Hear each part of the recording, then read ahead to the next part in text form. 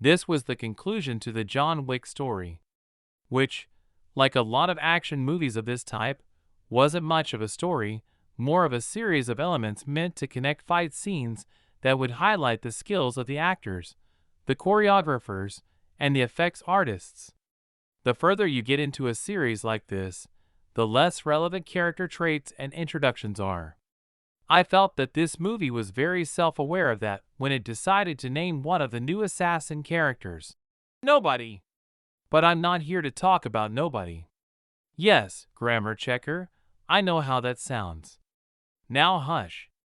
I want to talk about Kane. Kane is blind, but he's a perfectly capable assassin. There are things that I liked about how they handled this character as a fighter. They didn't pretend that being blind wouldn't change how he prepares. They had him setting up ranged alarms and listening for movement when he lost track of an opponent. It was respectful and about as realistic as any other fight scene in the franchise. Often I will hear people who think that being blind would be the worst handicap for a fighter. My experience is completely different. I owned a kung fu school for a little over a decade. For a little over a year, I had a couple of students who, on their own initiative, started sparring blindfolded. I had to lay out a bunch of rules. They were light contact only, to the single touch, had to stay in the middle of the mat, only one of them could be blindfolded at a time, headgear and mouth guards were a must, etc. But they were both very capable and curious, and I let them go.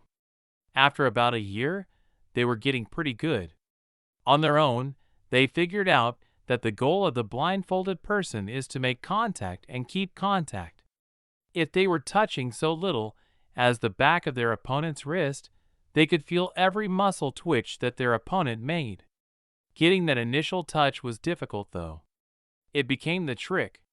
They were both disappointed that this didn't radically alter their standing with me in a non-blindfolded fight. They were good, don't get me wrong. But I had taught them everything they knew, not everything I knew. They complained that in today's world, it was little more than a parlor trick, and no one would really believe they were serious if they fought each other blindfolded outside the school. Then, one day, they invited me to put on the blindfold. I agreed, but only if we could start touching. At first, they protested, so I made my point. Okay, yeah. Let's put a blindfold on the guy with hearing damage and see if we can sneak up on him. No, that's not how I'm going to play. We all know you can sneak up on me because I've got hearing damage, and I always have trouble hearing you move around the building. So then we did it starting from a touch.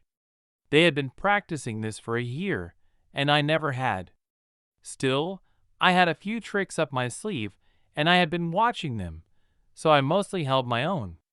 Watching Kane fight, I could see where he was checking, blocking, moving. So often martial arts path forms are ridiculed because you can't just get into a pattern and expect your opponent to do that, except you kind of can. Not always exactly like the form, but when you feel this pull back, you know there's going to be either a kick or a punch on the other side. When it pushes this way, you know the punch or kick is coming straight at you. Even in my first blindfolded fight, I could sense a lot as long as we stayed in contact. There's really no magic to it. Fighting is fighting, whether you're blindfolded or not. This movie showed that well, without making it seem like magic or a plot device. Well, at least no more a plot device than any other special fight skills in the movie.